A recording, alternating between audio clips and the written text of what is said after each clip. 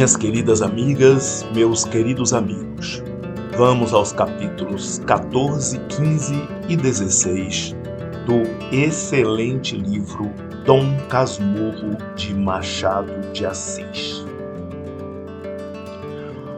Tudo o que contei no fim do outro capítulo foi obra de um instante. O que se lhe seguiu foi ainda mais rápido. Dei um pulo e antes que ela raspasse o muro, li estes dois nomes, abertos ao prego e assim dispostos: Bento, Capitolina. Voltei-me para ela. Capitu tinha os olhos no chão. Ergueu-os logo, devagar, e ficamos a olhar um para o outro. Confissão de crianças. Tu valias bem 2 ou 3 páginas, mas quero ser poupado. Em verdade, não falamos nada. O muro falou por nós. Não nos movemos. As mãos é que se estenderam pouco a pouco. Todas 4, pegando-se, apertando-se, fundindo-se. Não marquei a hora exata daquele gesto. Devia tê-la marcado. Sinto a falta de uma nota escrita naquela mesma noite e que eu poria aqui, com os erros de ortografia que trouxesse, mas não traria nenhum. Tal era a diferença entre o estudante e o adolescente. Conhecia as regras do escrever sem suspeitar as do amar. Tinha orgias de latim e era virgem de mulheres. Não soltamos as mãos, nem elas se deixaram cair de cansadas ou de esquecidas. Os olhos fitavam-se e desfitavam-se, e depois de vagarem ao perto, tornavam a meter-se uns pelos outros. Padre Futuro estava assim diante dela como de um altar, sendo uma das faces a epístola e a outra o evangelho. A boca podia ser o cálice, os lábios a patena. Faltava dizer a missa nova, por um latim que ninguém aprende, e é a língua católica dos homens. Não me tenhas por sacrílego, leitora minha devota. A limpeza da intenção lava o que puder haver menos curial no estilo. Estávamos ali com o céu em nós, as mãos unindo os nervos. Faziam das 2 criaturas uma só, mas uma só criatura seráfica. Os olhos continuaram a dizer coisas infinitas. As palavras de boca é que nem tentavam sair, tornavam ao coração caladas como vinham. Fim do capítulo 14. Por favor, não esqueçam de se inscrever no canal. Capítulo 15. Outra voz repentina. Outra voz repentina, mas desta vez uma voz de homem. Vocês estão jogando o siso? Era o pai de Capitu, que estava à porta dos fundos, ao pé da mulher. Soltamos as mãos depressa e ficamos atrapalhados. Capitu foi ao muro e com o prego, disfarçadamente, apagou os nomes escritos. Capitu, papai, não me estragues o reboco do muro. Capitu riscava sobre o riscado para apagar bem o escrito. Pádua saiu ao quintal, a ver o que era, mas já a filha tinha começado outra coisa, um perfil que disse ser o retrato dele, e tanto podia ser dele como da mãe. Fê-lo rir era o essencial. De resto, ele chegou sem cólera, todo meigo, apesar do gesto duvidoso, ou menos que duvidoso, em que nos apanhou. Era um homem baixo e grosso, pernas e braços curtos, costas abauladas, donde lhe veio a alcunha de tartaruga, que José Dias lhe pôs. Ninguém lhe chamava assim lá em casa. Era só o agregado. Vocês estavam jogando o siso? Perguntou. Olhei para um pé de sabugueiro que ficava perto. Capitu respondeu por ambos. Estávamos sim, senhor, mas Bentinho ri logo, não aguenta. Quando eu cheguei à porta, não ria.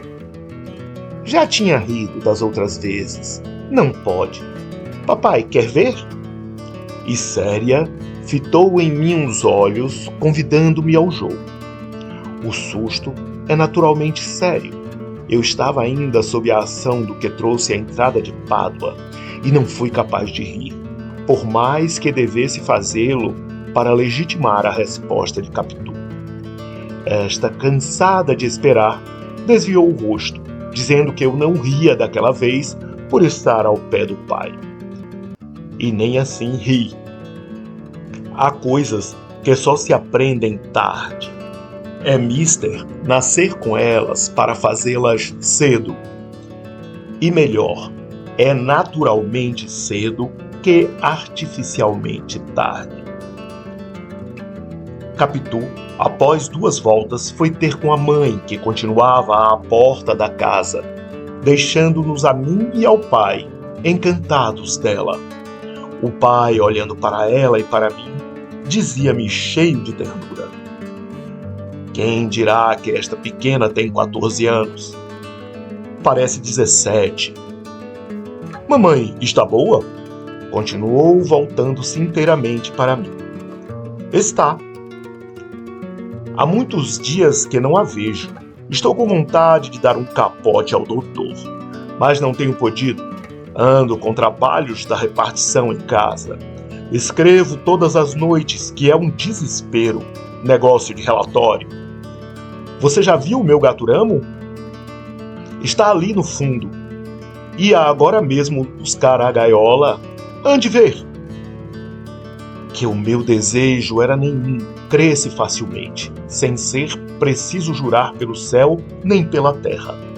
Meu desejo era ir atrás de Capitu e falar-lhe agora do mal que nos esperava. Mas o pai era o pai, e demais amava particularmente os passarinhos.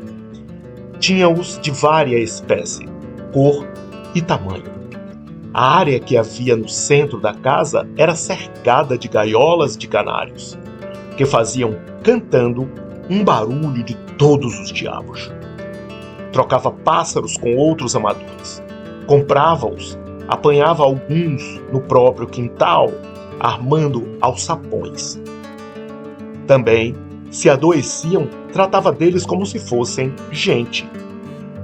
Final do capítulo 15. Peço a vocês, firmemente, inscrevam-se no canal, por favor. Capítulo 16. O administrador interino. Pádua era empregado em repartição dependente do Ministério da Guerra. Não ganhava muito, mas a mulher gastava pouco e a vida era barata. Demais, a casa em que morava, assobradada, como a nossa, posto que menor, era propriedade dele. Comprou-a com a sorte grande que lhe saiu num meio bilhete de loteria 10 contos de réis. A primeira ideia do Pádua, quando lhe saiu o prêmio, foi comprar um cavalo do cabo, um adereço de brilhantes para a mulher, uma sepultura perpétua de família, mandar vir da Europa alguns pássaros, etc. Mas a mulher, esta dona Fortunata, que ali está à porta dos fundos da casa, em pé, falando à filha, alta, forte, cheia como a filha, a mesma cabeça, os mesmos olhos claros. A mulher é que lhe disse que o melhor era comprar a casa e guardar o que sobrasse para acudir às moléstias grandes. Pádua hesitou muito. Afinal, teve de ceder aos conselhos de minha mãe, a quem Dona Fortunata pediu auxílio. Nem foi só nessa ocasião que minha mãe lhes valeu. Um dia chegou a salvar a vida ao Pádua. Escutai, a anedota é curta. O administrador da repartição em que Pádua trabalhava teve de ir ao norte em comissão. Pádua, ou por ordem regulamentar ou por especial designação, ficou substituindo o administrador com os respectivos honorários. Esta mudança de fortuna trouxe-lhe certa vertigem. Era antes dos 12 contos. Não se contentou de reformar a roupa e a copa. Atirou-se às despesas supérfluas, deu joias à mulher, nos dias de festa matava um leitão, era visto em teatros, chegou aos sapatos de verniz. Viveu assim 22 meses, na suposição de uma eterna interinidade. Uma tarde, entrou em nossa casa aflito e desvairado. Ia perder o lugar, porque chegara o efetivo naquela manhã. Pediu à minha mãe que velasse pelas infelizes que deixava. Não podia sofrer a desgraça. Matava-se. Minha mãe falou-lhe com bondade, mas ele não atendia a coisa nenhuma. Não, minha senhora, não consentirei em tal vergonha. Fazer descer a família, tornar atrás, já disse, mato-me. Não hei de confessar à minha gente esta miséria. E os outros? Que dirão os vizinhos, e os amigos, e o público? Que público, senhor Pádua? Deixe-se disso. Seja homem. Lembre-se que sua mulher não tem outra pessoa. E que há de fazer? Pois um homem, seja homem, ande. Pádua enxugou os olhos e foi para casa, onde viveu prostrado alguns dias, mudo, fechado na alcova, ou então no quintal, ao pé do poço, como se a ideia da morte teimasse nele. Dona Fortunata ralhava. Joãozinho, você é criança? Mas tanto lhe ouviu falar em morte que teve medo e um dia correu a pedir à minha mãe que lhe fizesse o favor de ver se lhe salvava o marido que se queria matar. Minha mãe foi achá-lo à beira do poço e intimou-lhe que vivesse. Que maluquice era aquela de parecer que ia ficar desgraçado por causa de uma gratificação menos e perder um emprego interino? Não, senhor, devia ser homem, pai de família, imitar a mulher e a filha. Pádua obedeceu. Confessou que acharia forças para cumprir a vontade de minha mãe. Vontade minha, não. É obrigação sua. Pois seja obrigação, não desconheço que é assim mesmo. Nos dias seguintes, continuou a entrar e sair de casa, cozido à parede, cara no chão. Não era o mesmo homem que estragava o chapéu em cortejar a vizinhança, risonho, olhos no ar, antes mesmo da administração interina. Vieram as semanas, a ferida foi sarando. Pádua começou a interessar-se pelos negócios domésticos, a cuidar dos passarinhos, a dormir tranquilo às noites e às tardes, a conversar e dar notícias da rua. A serenidade regressou, atrás dela veio a alegria, um domingo, na figura de 2 amigos que iam jogar o solo, atentos. Já ele ria, já brincava, tinha o ar do costume. A ferida sarou de todo. Com o tempo, veio um fenômeno interessante. Pádua começou a falar da administração interina, não somente sem as saudades dos honorários, nem o vexame da perda, mas até com desvanecimento e orgulho. A administração ficou sendo a égera, donde ele contava para diante e para trás. No tempo em que eu era administrador, ou então, sim, lembra-me, foi antes da minha administração, 1 ou 2 meses antes. Ora, espere. A minha administração começou, mês e meio antes. Foi mês e meio antes, não foi mais. Ou ainda, justamente, havia já 6 meses que eu administrava. Tal é o sabor póstumo das glórias interinas. José Dias bradava que era a vaidade sobrevivente.